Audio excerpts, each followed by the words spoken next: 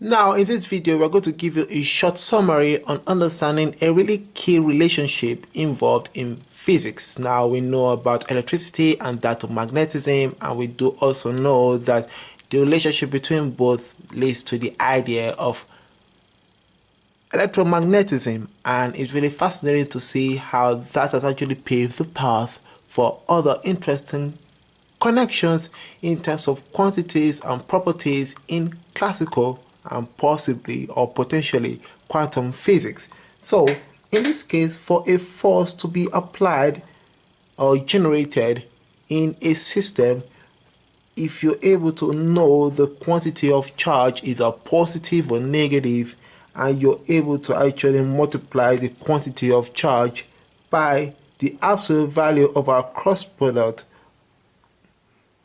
between our voltage, which is actually related to electricity, and that of our magnetic field, which is related to our magnetism, then you'll be able to actually generate our force. Now, if you want to get the scale or you want to get the magnitude of the force, the magnitude of our force is actually equal to the product of our quantity of charge by that of the voltage, by that of the magnetic field, by that of sine theta. Now this here, let me put the dot, is actually the cross product, and the cross product actually gives you a normal, and this normal that is perpendicular to the plane is actually the force. Now let me give you guys a brief example. Now if I have a particular board over here, now this board has a positive charge on it.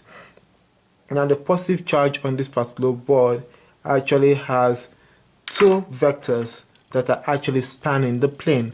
One vector but in this way, which is the magnetic field, while the other vector over here is called the electrical field, which is represented as voltage. Now the angle that is being generated going from here to there will actually result in our normal that is being formed.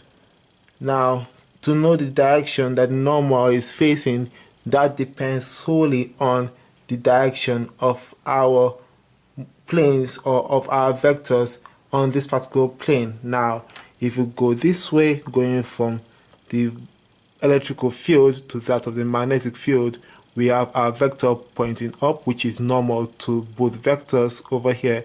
Now this vector that is normal to both vectors is actually the force that is being generated. Now on the other side of the eye, if you have a negative charge, the negative charge will generate something quite opposite, where we have the quantity of charge on this particular plane, and we have our vector B, and we have our vector V, and that will generate an angle which moves in the opposite direction, and our force that is being generated is actually pointing in the opposite direction, which is pointing down.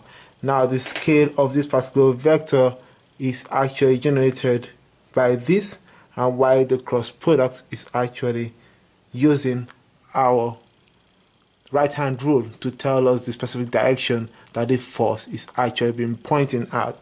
So the B vector, sometimes people call it the magnetic field, some although call the B vector to be the magnetic induction, or some people also call the B vector to be the magnetic flux density. So those are really the things you need to know in terms of understanding the relationship between electricity and magnetism, and how the charge of an object actually dictates the direction of our force that is being formed over there. So all the same, thanks for following me through this, truly appreciate it.